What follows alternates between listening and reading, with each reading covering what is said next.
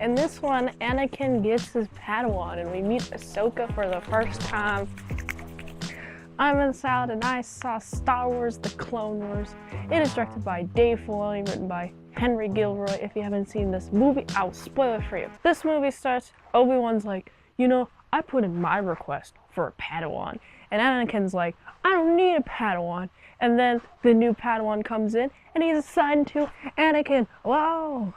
This entire movie, there's a war going on, but honestly what I felt was most important was the relationship between Anakin and Ahsoka building. At first Anakin's like, man, I don't want you. Go away. I could do everything by myself. And she's like, yeah, I get it. I'm here to learn from you. She also turns out to be the perfect fit for Anakin because she's also very much on top of things. Too much. Like, she doesn't take orders sometimes, but she's also very willing to learn. She's also very young. I don't know how old she is, but she's a youngling. There's also this whole thing going on where Jabba the Hutt's son gets kidnapped. We got Dooku is trying to get Jabba the Hutt's whole faction on his side and basically frames the Jedi for stealing his baby.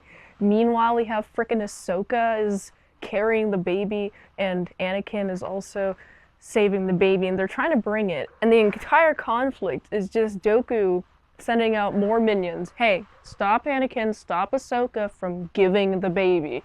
But we have to make it look like we delivered the baby, even though we set up where the baby got kidnapped in the first place. Luckily, Padme, she comes in clutch. She's like, hey, these people, they're here to give you your baby.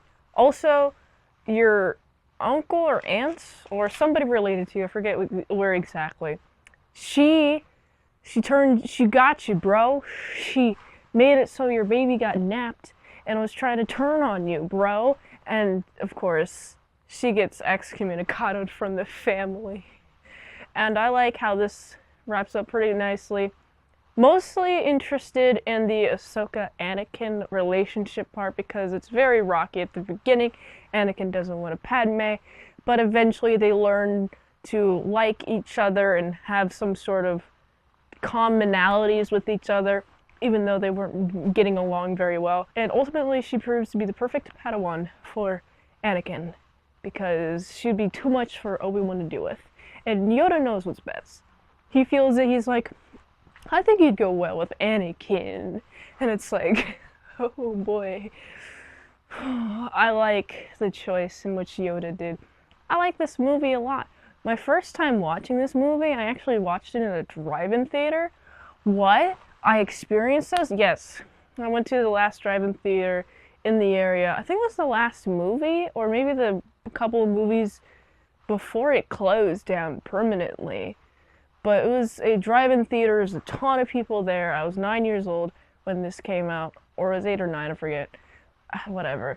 And this came out, and I was like, oh my goodness, this looks so cool. And it's on a big old screen, it looks good.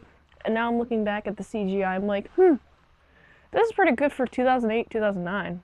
I mean, it doesn't hold up now, but I like the art style. The art style really helps with aging the CGI. If it didn't look intentional with the art style, then the CGI would look worse. But ultimately, this is a good film. If you haven't seen it, you should, because it establishes the relationship that Anakin and Ahsoka have. So I'm gonna have to give this one, it's a 7.5 out of 10. If you like this review, watch another one. The platform really likes that. If I haven't reviewed on a channel, there's a chance I haven't seen it at all. That's why I gotta get a Patreon request in at patreon.com/ASEPresents. $20 dinos for one movie review per 1 month. Support the daily grindness by going to autisticblues.com, setting new here. And until next time in Salad Saw, I'll see you later, my sour croutons and bacon bits. I'm just gonna go now. Goodbye.